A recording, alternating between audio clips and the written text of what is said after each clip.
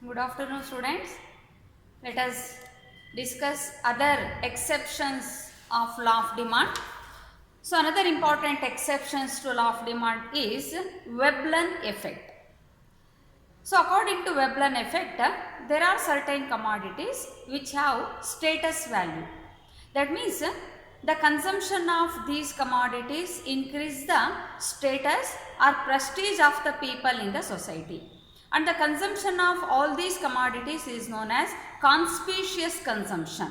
For example, when people purchase a diamond, costly cars, costly furniture and other luxury commodities, they purchase these commodities in order to show their status or prestige, richness in the society. So, the consumption of all these luxury commodities is known as conspicuous consumption. The law of demand is not applicable in the case of prestigious commodities because people purchase all these commodities only at a higher price. When price increases, quantity demand of these luxury commodities also increases.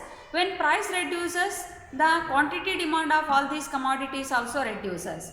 So, this type of situation was found by Thorstein Veblen. So, that is why this situation is known as Veblen effect. The law of demand is not hold good in the case of prestigious commodities. That means people behave opposite to law of demand in the case of luxurious commodities or prestigious commodities. ನೋಡಿ, ಬೇಡಿಕೆ ನಿಯಮದ ಇನ್ನೊಂದು ಅಪವಾದವನ್ನು ನಾವು ನೋಡೋದಾದರೆ, ಕೆಲವು ವಸ್ತುಗಳು ಇದೆ, ಅವುಗಳನ್ನು ಕೊಳ್ಳೋದ್ರಿಂದ ನಮ್ಮ ಘನತೆ, ಗೌರವ ಮತ್ತು ನಮ್ಮ ಸ್ಥಾನಮಾನ ಸಮಾಜದಲ್ಲಿ ಹೆಚ್ಚಾಗುತ್ತೆ ಅಂತ ನಾವು ಭಾವಿಸ್ತೀವಿ. ಅಂದರೆ ಶ್ರೀಮಂತರು ತಮ್ಮ ಪ್ರತಿಷ್ಠೆಯನ್ನು ತೋರಿಸೋದಕ್ಕೋಸ್ಕರ, ತಮ್ಮ ಶ್ರೀಮಂತಿಕೆಯನ್ನು ತೋರಿಸೋದಕ್ಕೋಸ್ಕರ ಕೆಲವು ವಸ್ತುಗಳನ್ನು ಕೊಡ್ತಾರೆ. ಉದಾಹರಣೆಗೆ ಜನ ವಜ್ರವನ್ನು ಕೊಡ್ತಾರೆ, ಚಿನ್ನದ ಆಭರಣಗಳನ್ನು ಕೊಡ್ತಾರೆ, ಕಾಸ್ಟ್ಲಿ ಆಗಿರೋಂಥ ದುಬಾರಿ ಆಗಿರುವಂಥ ಕಾರುಗಳನ್ನು ಕೊಡ್ತಾರೆ, ದೊಡ್ಡ ದೊಡ್ಡ ಬಂಗ್ಲೆಗಳನ್ನು ಕೊಡ್ತಾರೆ ಮತ್ತು ತುಂಬ ದುಬಾರಿ ಆಗಿರುವಂಥ ಪೀಠೋಪಕರಣಗಳನ್ನು ಕೊಡ್ತಾರೆ. ಅಂದರೆ ಈ ಎಲ್ಲ ವಸ್ತುಗಳನ್ನು ಕೊಳ್ಳೋದ್ರ ಉದ್ದೇಶ ಏನಂದರೆ ಸಮಾಜದಲ್ಲಿ ತಮ್ಮ ಸ್ಥಾನಮಾನ, ತಮ್ಮ ಘನತೆ, ಗೌರವ ಮತ್ತು ತಮ್ಮಲ್ಲಿರುವಂಥ ಶ್ರೀಮಂತಿಕೆಯನ್ನು ಪ್ರದರ್ಶನ ಮಾಡೋದಕ್ಕೋಸ್ಕರ ಭಾಳಷ್ಟು ಜನ ಶ್ರೀಮಂತರು ಇಂಥ ವಸ್ತುಗಳನ್ನು ಕೊಡ್ತಾರೆ. ಇಂಥ ವಸ್ತುಗಳನ್ನು ಕೊಡಬೇಕಾದ್ರೆ ಬೆಲೆ ಹೆಚ್ಚಾಗಿದ್ದಾಗಲೇ ಈ ವಸ್ತುವನ್ನು ಶ್ರೀಮಂತರು ಹೆಚ್ಚಿನ ಪ್ರಮಾಣದಲ್ಲಿ ಕೊಡ್ತಾರೆ. ಅಂದರೆ ಆ ವಸ್ತುಗಳ ಘನತೆ ಇರೋದೇ ಅದರ ಬೆಲೆಯಲ್ಲಿ. ಹೆಚ್ಚಿನ ಬೆಲೆ ಕೊಟ್ಟುಕೊಂಡೇ ಈ ವಸ್ತುನ ಅನ್ನೋದೇ ಆ ವಸ್ತುವಿನ ಘನತೆ. ಹಾಗಾಗಿ ಶ್ರೀಮಂತರು ಇಂಥ ವಸ್ತುಗಳನ್ನು ಹೆಚ್ಚು ಬೆಲೆ ಇದ್ದಾಗ ಕೊಡ್ತಾರೆ. ಹಾಗಾಗಿ ಹೆಚ್ಚು ಬೆಲೆ ಇದ್ದಾಗ ಬೇಡಿಕೆನೂ ಹೆಚ್ಚಾಗಿರುತ್ತೆ, ಬೆಲೆ ಕಡಿಮೆ ಆದಾಗ ಬೇಡಿಕೆನೂ ಕಡಿಮೆ ಆಗಿರುತ್ತೆ. ಹಾಗಾಗಿ ಬೇಡಿಕೆ ನಿಯಮ ಇಂಥ ವಸ್ತುಗಳಿಗೆ ಸಂಬಂಧಪಟ್ಟಾಗೆ ಅನ್ವಯ ಆಗೋದಿಲ್ಲ ಅನ್ನೋದು ಥಾರ್ಸ್ಟೈನ್ ವೆಬ್ಲನ್ ರವರ ಒಂದು ಅಭಿಪ್ರಾಯ. ಥಾರ್ಸ್ಟೈನ್ ವೆಬ್ಲನ್ನು ಅಮೆರಿಕಾದ ಒಬ್ಬ ಶ್ರೇಷ್ಠ ಅರ್ಥಶಾಸ್ತ್ರಜ್ಞ. ಅವನು ಇಂಥ ವಸ್ತುಗಳ ಅಂದರೆ ಬೆಲೆ ಬಾಳುವಂತಹ ಲಕ್ಸುರಿ ವಿಲಾಸಿ ವಸ್ತುಗಳ ಅನುಭೋಗವನ್ನು ಅವನು ಸುವ್ಯಕ್ತ ಅನುಭೋಗ ಅಂತ ಕರೀತಾನೆ, ಕಾನ್ಸ್ಪಿಷಿಯಸ್ ಕನ್ಸಂಪ್ಷನ್. ಅಂದರೆ ನಾವೇನು ಹೆಚ್ಚಿನ ಬೆಲೆಗೆ ವಿಲಾಸಿ ವಸ್ತುಗಳನ್ನು ಕೊಡ್ತೀವಲ್ಲ ಅದನ್ನು ಸುವ್ಯಕ್ತ ಅನುಭೋಗ ಅಂತ ಕರೀತಾರೆ. ಇಂಥ ವಿಲಾಸಿ ವಸ್ತುಗಳ ಕೊಳ್ಳುವಿಕೆಗೆ ಸಂಬಂಧಪಟ್ಟಾಗೆ ಬೇಡಿಕೆ ನಿಯಮ ಅನ್ವಯ ಆಗೋದಿಲ್ಲ. ಏಕೆಂದರೆ ಶ್ರೀಮಂತರು ಇಂಥ ವಸ್ತುಗಳನ್ನು ಹೆಚ್ಚು ಬೆಲೆ ಇದ್ದಾಗಲೇ ಕೊಡ್ತಾರೆ. ಬೆಲೆ ಕಡಿಮೆ ಆದಾಗ ವಸ್ತುಗಳ ಘನತೆಯೂ ಕಡಿಮೆ ಆಗೋದ್ರಿಂದ ಅವರು ಬೇಡಿಕೆ ಕಡಿಮೆ ಮಾಡ್ತಾರೆ. ಹಾಗಾಗಿ ಯಾವುದು ವಿಲಾಸಿ ವಸ್ತುಗಳು ಅಥವಾ ಅತಿ ಹೆಚ್ಚು ಬೆಲೆ ಬಾಳುವಂಥ ವಸ್ತುಗಳು ಅಂತ ನಾವು ಯಾವುದನ್ನು ಗುರುತಿಸ್ತೀವೋ ಅಂಥ ವಸ್ತುಗಳಿಗೆ ಬೇಡಿಕೆ ನಿಯಮ ಅನ್ವಯ ಆಗೋದಿಲ್ಲ. ಇದನ್ನು ಥಾರ್ಸ್ಟೈನ್ ವೆಬ್ಲನ್ ಈ ಒಂದು ಸನ್ನಿವೇಶವನ್ನು ಗುರುತಿಸಿದ್ರಿಂದ ಇದನ್ನು ವೆಬ್ಲನ್ ಪರಿಣಾಮ ಅಂತ ನಾವು ಇದನ್ನು ಕರೀತೀವಿ. ಇನ್ನು ಮೂರನೇ ಮುಖ್ಯವಾಗಿರೋಂಥ ಒಂದು ಅಪವಾದವನ್ನು ನಾವು ನೋಡೋದಾದರೆ scarcity of commodities. That means the law of demand is not applicable in the case of scarcity of any commodity in the market. So, when a particular commodity is scarce in the market, their supply reduces for any reasons, for natural calamity reasons, for war reasons, for any other reason. So, if a particular commodity is scarce in the market, so people become panic, they purchase more of these commodities at a higher price. So in that situation law of demand is not applicable. ಅಂದರೆ ವಸ್ತುಗಳ ಕೊರತೆ ಆದಾಗ ನೋಡಿ, ಮಾರ್ಕೆಟ್ನಲ್ಲಿ ಕೆಲವು ವಸ್ತುಗಳು ಕೊರತೆ ಆಗುತ್ತೆ, ಅಂದರೆ ಅವುಗಳ ಪೂರೈಕೆ ಕಡಿಮೆ ಆಗಿಬಿಡುತ್ತೆ. ಪೂರೈಕೆ ಕಡಿಮೆ ಆಗೋದಕ್ಕೆ ಕಾರಣಗಳು ಯಾವುದಾದ್ರು ಇರಲಿ, ಅಂದರೆ ಪ್ರಕೃತಿ ವಿಕೋಪಗಳಿಂದ ಒಂದು ವಸ್ತುವಿನ ಪೂರೈಕೆ ಕಡಿಮೆ ಆಗಿರ್ಬೋದು ಅಥವಾ ಯುದ್ಧದ ಕಾರಣದಿಂದ ವಸ್ತುವಿನ ಪೂರೈಕೆ ಕಡಿಮೆ ಆಗಿರ್ಬೋದು. ಕಾರಣ ಏನಾದರೂ ಇರಲಿ, ಯಾವುದಾದ್ರು ಒಂದು ವಸ್ತು ಮಾರ್ಕೆಟ್ನಲ್ಲಿ ಸಿಗ್ತಾ ಇಲ್ಲ, ಕೊರತೆ ಇದೆ ಅಂತ ಕಂಡು ಬಂದರೆ ಜನಕ್ಕೆ ಭಯ ಶುರುವಾಗುತ್ತೆ. ಅಂದರೆ ಮುಂದೆ ಆ ವಸ್ತು ಸಿಗುತ್ತೋ ಇಲ್ವೋ ಅನ್ನೋ ಭಯಕ್ಕೆ ಬಿದ್ದವ್ರು ಏನು ಮಾಡ್ತಾರೆ, ಹೆಚ್ಚಿನ ಬೆಲೆ ಕೊಟ್ಟು ಆ ವಸ್ತುನ ಕೊಡ್ತಾರೆ. ಅಂಥ ಸಂದರ್ಭದಲ್ಲಿ ಬೇಡಿಕೆ ನಿಯಮ ಸುಳ್ಳಾಗುವಂಥ ಒಂದು ಸಾಧ್ಯತೆಗಳು ಇರುತ್ತೆ. And fourth important exception is if consumers are ignorant. That means a law of demand is applicable when consumer is a rational or intelligent. That means he behave rationally, then only he purchase more at a lower price, less at a higher price. So if consumer is not unintelligent, is an ignorant. So in that situation, he purchase more at a higher price, less at a lower price. So when consumer is ignorant, the law of demand is not applicable. ಅಂದರೆ ಈ ಬೇಡಿಕೆ ನಿಯಮ ಅನ್ವಯ ಆಗಬೇಕಾದ್ರೆ ಅನುಭೋಗಿ ಬುದ್ಧಿವಂತನಾಗಿರಬೇಕು, ವಿಚಾರಶೀಲನಾಗಿರಬೇಕು, ಯೋಚನೆ ಮಾಡಿ ವಸ್ತುಗಳನ್ನು ಕೊಡಬೇಕು. ಅಂದರೆ ಅವನಿಗೆ ಪದೇ ಪದೇ ಮಾರ್ಕೆಟ್ಗೆ ಹೋಗುವಂಥ ಅಭ್ಯಾಸ ಇತ್ತು ಅಂದರೆ ಯಾವಾಗ ಬೆಲೆ ಹೆಚ್ಚಾಗಿದೆ, ಯಾವಾಗ ಬೆಲೆ ಕಡಿಮೆ ಆಗಿದೆ ಅನ್ನೋದು ಅವನಿಗೆ ಗೊತ್ತಾಗುತ್ತೆ. ಹಾಗಾಗಿ ಬೆಲೆ ಹೆಚ್ಚಾಗಿದ್ದಾಗ ಕಡಿಮೆ, ಬೆಲೆ ಕಡಿಮೆ ಇದ್ದಾಗ ಹೆಚ್ಚು ಪ್ರಮಾಣದ ವಸ್ತುಗಳನ್ನು ಕೊಡ್ತಾನೆ. ಆದರೆ ಇಲ್ಲಿ ಅನುಭೋಗಿ ಅಜ್ಞಾನಿಯಾಗಿದ್ದರೆ, ಪೆದ್ದ ಆಗಿದ್ದರೆ, ದಡ್ಡ ಆಗಿದ್ದರೆ, ಅಪರೂಪಕ್ಕೊಮ್ಮೆ ಮಾರ್ಕೆಟಿಗೆ ಹೋದರೆ ಅವನಿಗೆ ಮಾರ್ಕೆಟಿನ ಜ್ಞಾನ ಇಲ್ದಿರೋಂಥ ಸಂದರ್ಭದಲ್ಲಿ ಅವನು ಹೆಚ್ಚಿನ ಬೆಲೆಗೆ ಹೆಚ್ಚು ವಸ್ತುಗಳನ್ನು ಕೊಳ್ಳಬಹುದು. ಆಗ ಬೇಡಿಕೆ ನಿಯಮ ಸುಳ್ಳಾಗುವಂಥ ಒಂದು ಸಾಧ್ಯತೆಗಳು ಇರುತ್ತೆ. And this law is not applicable in the case of share market. So usually in share market people purchase more number of shares at a higher price, less number of shares in a lower price. That means the increase in the price of share indicate that a particular company earn more profit.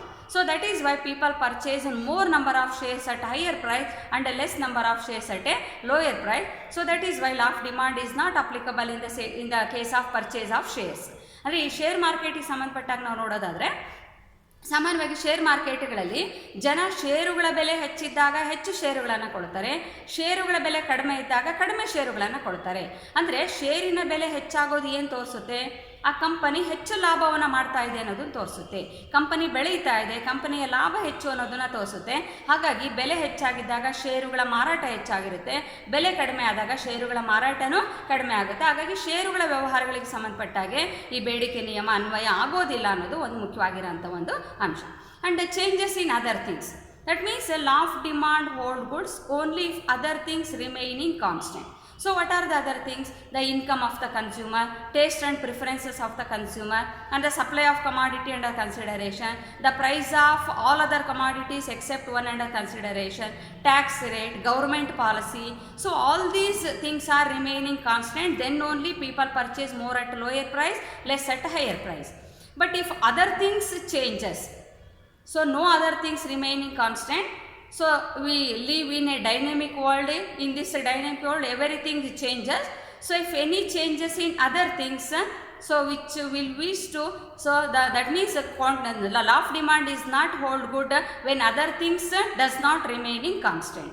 ಅಂದರೆ ಇತರೆ ಸ್ಥಿತಿಗತಿಗಳು ಸ್ಥಿರವಾಗಿದ್ದರೆ ಅನ್ನೋ ಒಂದು ಕಂಡೀಷನ್ಗೆ ಒಳಪಟ್ಟು ಈ ಬೇಡಿಕೆ ನಿಯಮ ಇದೆ.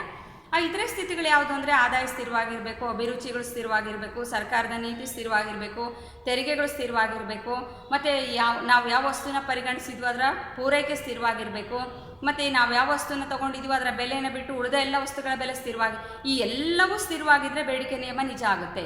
ಆದರೆ ನಾವು ವಾಸ ಮಾಡೋಂಥ ಜಗತ್ತು ಚಲನಾತ್ಮಕವಾಗಿರೋಂಥದ್ದು, ಇಲ್ಲಿ ಎಲ್ಲವೂ ಪ್ರತಿಕ್ಷಣವೂ ಬದಲಾಗ್ತಾ ಇರುತ್ತೆ. ಇದರಲ್ಲಿ ಯಾವುದು ಒಂದು ಬದಲಾದರೂ ಸಹ ಬೇಡಿಕೆ ನಿಯಮ ಸುಳ್ಳಾಗುವಂಥ ಒಂದು ಸಾಧ್ಯತೆಗಳು ಇರುತ್ತೆ. And next, expectations of consumer. That means, so when consumer expect that the prices increases in near future, so they purchase more at higher price.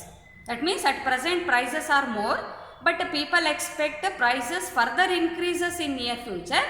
So in that situation people purchase more at higher price. And sometimes the prices are low, but people expect prices further reduces in near future. They purchase less at a lower price. That means the law of demand is not applicable when consumer expect increase in price or decrease in price in a near future. ಅಂದರೆ ಇಲ್ಲಿ ಅನುಭೋಗಿಗಳಿಗೆ ನಿರೀಕ್ಷೆಗಳಿದ್ದಾಗ, ನೋಡಿ ಈಗಾಗಲೇ ಬೆಲೆ ಹೆಚ್ಚಾಗಿದೆ, ಮುಂದೆ ಇನ್ನೂ ಹೆಚ್ಚಾಗುತ್ತೆ ಅನ್ನೋ ನಿರೀಕ್ಷೆ ಇದ್ದಾಗ ಹೆಚ್ಚಿನ ಬೆಲೆಗೆ ಹೆಚ್ಚು ವಸ್ತುಗಳನ್ನು ಕೊಡ್ತಾರೆ. ಅದೇ ರೀತಿ ಈಗ ಬೆಲೆ ಕಡಿಮೆ ಇದೆ, ಮುಂದೆ ಇನ್ನೂ ಕಡಿಮೆ ಆಗಬಹುದು ಅನ್ನೋ ನಿರೀಕ್ಷೆ ಇತ್ತು ಅಂದರೆ ಆಗ ಕಡಿಮೆ ಬೆಲೆಗೆ ಕಡಿಮೆ ವಸ್ತುಗಳನ್ನು ಕೊಡ್ತಾರೆ. ಹಾಗಾಗಿ ಭವಿಷ್ಯದಲ್ಲಿ ಬೆಲೆಗಳ ಬದಲಾವಣೆ ಬಗ್ಗೆ ನಿರೀಕ್ಷೆ ಇದ್ದಾಗ ಬೇಡಿಕೆ ನಿಯಮ ಸುಳ್ಳಾಗುವಂಥ ಸಾಧ್ಯತೆಗಳು ಇರುತ್ತೆ. And last one, substitute of new product. So when a new product introduced in the market as a substitute of old product, so people purchase new product even at higher price, because they do not prefer to purchase old commodity at a lower price. So when the new commodity enter into the market, the prices of old commodity reduced, but people purchase new commodity at higher price instead of old commodity. ಅಂದರೆ ಯಾವುದಾದ್ರು ಒಂದು ಹೊಸ ವಸ್ತು ಮಾರ್ಕೆಟಿಗೆ ಬಂದಾಗ ಹಳೆ ವಸ್ತುವಿಗೆ ಬದಲಾಗಿ ಹೊಸ ವಸ್ತು ಮಾರ್ಕೆಟಿಗೆ ಬಂತು ಅಂದರೆ ಆ ಹೊಸದಾಗಿ ಬಂದಂಥ ವಸ್ತುವಿನ ಬೆಲೆ ಸಾಮಾನ್ಯವಾಗಿ ಹೆಚ್ಚಾಗಿರುತ್ತೆ. ಹೊಸ ವಸ್ತು ಮಾರ್ಕೆಟಿಗೆ ಬಂದಾಗ ಹಳೆ ವಸ್ತುವಿನ ಬೆಲೆ ಕಡಿಮೆ ಆಗುತ್ತೆ. ಆದರೆ ಜನ ಹಳೆ ವಸ್ತುವಿನ ಬೆಲೆ ಕಡಿಮೆ ಆದರೂ ಸಹ ಹೊಸ ವಸ್ತುವನ್ನೇ ಕೊಡ್ತಾರೆ. ಯಾಕಂದರೆ ಅಂಥ ಸಂದರ್ಭದಲ್ಲಿ ಬೇಡಿಕೆ ನಿಯಮ ಅನ್ವಯ ಆಗೋದಿಲ್ಲ. ಯಾಕಂದರೆ ಅದು ಹೊಸ ವಸ್ತು ಆಗಿರೋದ್ರಿಂದ ಹೊಸ ವಸ್ತುವಿನ ಬಗ್ಗೆ ಅವ್ರಿಗೆ ಹೆಚ್ಚಿನ ಆಸಕ್ತಿ ಇರುತ್ತೆ. ಹಾಗಾಗಿ ಬೆಲೆ ಹೆಚ್ಚಾಗಿದ್ದರೂ ಹೊಸ ವಸ್ತುವಿಗೆ ಬೇಡಿಕೆ ಹೆಚ್ಚಾಗುತ್ತೆ, ಬೆಲೆ ಕಡಿಮೆ ಇದ್ದರೂ ಸಹ ಹಳೆ ವಸ್ತುವಿಗೆ ಬೇಡಿಕೆ ಕಡಿಮೆ ಇರುತ್ತೆ. ಈ ಎಲ್ಲ ಸಂದರ್ಭಗಳನ್ನು ನಾವು ಅಪವಾದಗಳು ಅಥವಾ ಮಿತಿಗಳು ಅಂತ ಗುರುತಿಸ್ತೀವಿ. So in all the situation the shape of the demand curve slopes upward from left to right. So that curve is known as exceptional demand curve.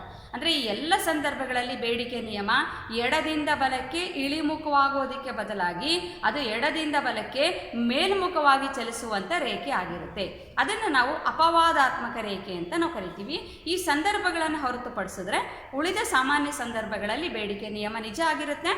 ಯಾವ ಸಂದರ್ಭಗಳಲ್ಲಿ ಅದು ನಿಜ ಆಗೋದಿಲ್ವೋ ಅದನ್ನು ನಾವು ಅಪವಾದಗಳು ಅಥವಾ ಮಿತಿಗಳು ಅಂತ ನಾವು ಇದನ್ನು ಗುರುತಿಸ್ತೀವಿ. Thank you.